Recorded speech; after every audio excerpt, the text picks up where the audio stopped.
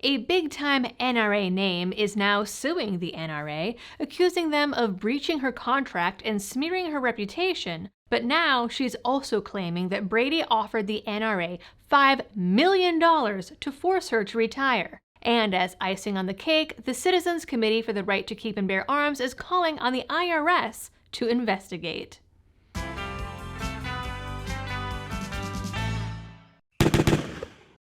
Hello everyone and welcome back to the channel.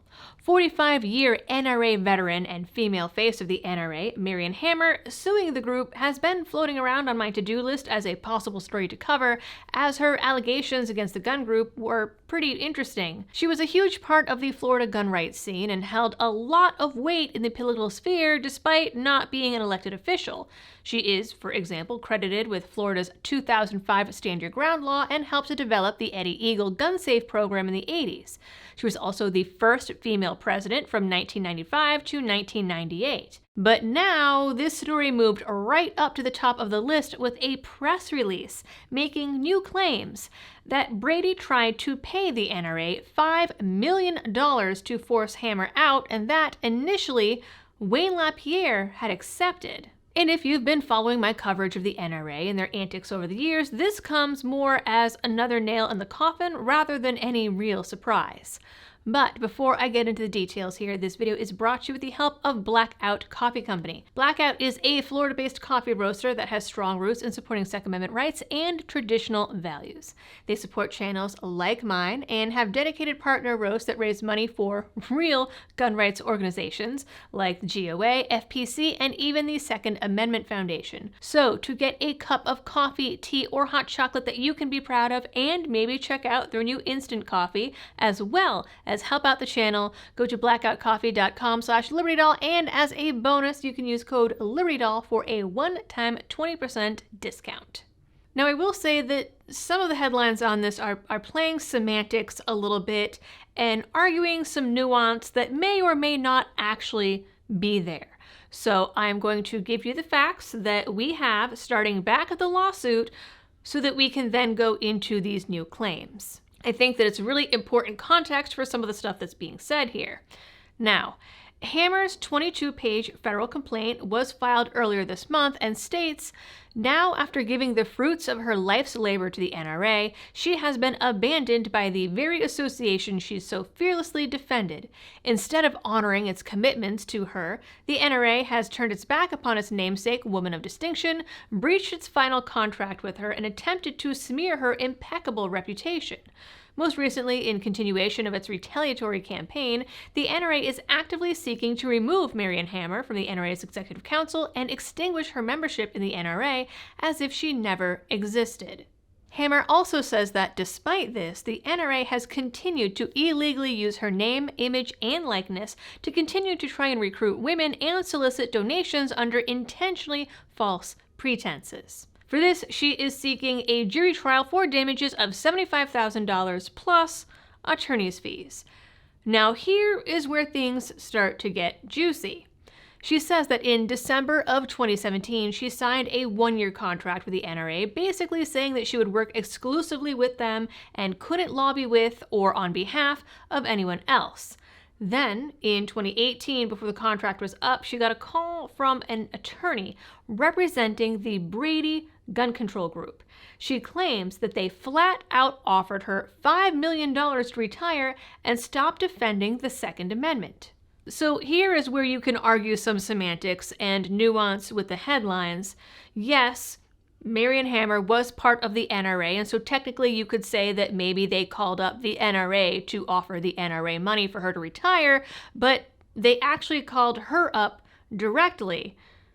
She didn't necessarily have to tell good old Wayne about the deal. Now, she says that she called up Wayne LaPierre and told him about the call, which honestly is a little weird to me because it makes it sound like she was actually considering it. And I mean, $5 million is a lot of money. Maybe she was just trying to use it as leverage, as she claimed that she had never been included in the NRA's retirement plan. And thus, according to her in this lawsuit, she did not have a way to retire. But it's also a little fishy to me because that's a lot of money to ask a then 79-year-old woman to retire. I mean, it's not like she was exactly at the height of her lobbying career in 2018. But at the time, I am told that she was a big thorn in gun control's side in Florida. Either way, if true, it tells us that Brady is not above bribing their political opponents. So the next day, Wayne LaPierre calls her back and says that he and the now infamous Woody Phillips and Josh Powell had all worked together to develop a new proposal that they claimed would allow her to continue to consult with them while also funding her retirement. According to the complaint, this amount was less than half the offer from Brady, but would extend her contract for an additional 10 years on a consulting basis and allow her to eventually retire. Most importantly, the NRA would continue to control her other engagements and never allow her to be lumped in with, quote, the bad guys. Basically, it was a non-compete that allowed her to engage in national NRA activism separate from her Florida work, and that also raised her annual consulting fee from $168,000 a year to $220,000 a year, which honestly, on the one hand, might not be a lot when you consider the other side coming after you constantly with death threats and whatever else, but should have been enough for her to get some savings together and retire. I mean, maybe she was not making that $168,000 until the 2017 contract, but like I could set myself up for life with that kind of money, and I'm sure that a lot of you would agree. But I digress. Having, again, never been included in the organization's retirement plan, she agreed to this new contract. It was even discussed and ratified by the board. And that is the only information that we have in Wayne's involvement with this, supposed $5 million scheme. Nowhere in this lawsuit does it allege that he considered taking the Brady deal. So I'm not sure where that part of some of these news articles is coming from. Maybe they know something that I don't, that is not in this lawsuit. But the facts in the lawsuit don't say that Wayne took the bribe for her or considered it or anything like that. Now, in 2022, Hammer stepped down from her work in Florida, but opted to keep working with the National NRA due to her contract. A press release put out by the NRA said the exact same thing, that she was done in Florida, but would still be a national consultant. But 2 years later, in 2024, she received a phone call from the then executive vice president, whose name I cannot pronounce, telling her that she had been axed. He claimed that he alone made this decision without input from the board. And as such, they stopped paying her and are now saying that they're even reviewing the contract to make sure that excess benefits weren't given, which I would be willing to bet was because of LaPierre's kickback and money laundering scheme he had going that was uncovered by Letitia James in New York. All of this while still using her name and image to try and boost recruitment, and an article put out on the website just a couple of months ago claimed that she had chosen to retire. So it seems that that kind of language is not limited to government politics. So here we are, yet again, a lawsuit that is suddenly revealing some shady, underhanded tactics in the gun activism world.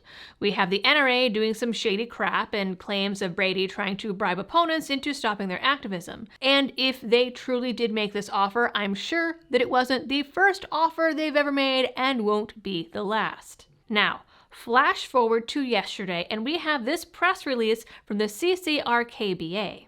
The Citizens Committee for the Right to Keep and Bear Arms is calling for an IRS investigation into a startling allegation made by former NRA president and Second Amendment champion Marion Hammer in a federal lawsuit in which she says an attorney representing the Brady Gun Control Group allegedly offered her $5 million to retire and cease advancing the interests of the NRA and defending the Second Amendment. The allegation says the offer was made in 2018. According to language in the lawsuit, Hammer immediately reported the offer to then Executive Vice President Wayne LaPierre. This is not the kind of offer a tax-exempt organization should be making under any circumstances, says Chairman Alan Gottlieb. First and foremost, nobody's First Amendment rights should ever be for sale, and secondly, the nature of this allegation almost appears as though the gun control group was offering Mrs. Hammer a bribe to walk away from an issue to which she had dedicated most of her adult life. The press release says that they have no interest in her lawsuit and take no position on it. Their only interest is in Brady, a wealthy gun control organization trying to stifle political speech, and likely not putting that kind of activity in their application for their tax-exempt status. Gottlieb added, while it appears no money ever exchanged hands, the idea such an offer was even made raises serious questions about what the gun control lobby does with its money and whether this sort of thing is acceptable under tax-exempt guidelines. Obviously, as this just came out, we have yet to see if the IRS will actually rise to the occasion here, and we have yet to see any hard evidence beyond the allegation in the lawsuit. Now, admittedly, I am not too optimistic here, and it's honestly a hard contest between the ATF and the IRS as to which one I hate more. Hashtag taxation is theft. But if there's one thing the NRA is good at, IRS. That's ironic. If there's one thing the IRS is good at, it's sniffing down other people's money, and it is amazing that I accidentally said NRA there because same. It's just a matter of if they care enough about going after an alleged nonprofit for shady dealings that ultimately benefit the government and its agenda of control. Someone should go after Brady for this, but you can bet it will not be Letitia James this time around. All right, ladies and gentlemen, that is it for this video. Please like, share, and subscribe if you are new here. Ring that notification bell and drop a comment down below. And as always, thanks for tuning in. Stay safe out there and happy shooting.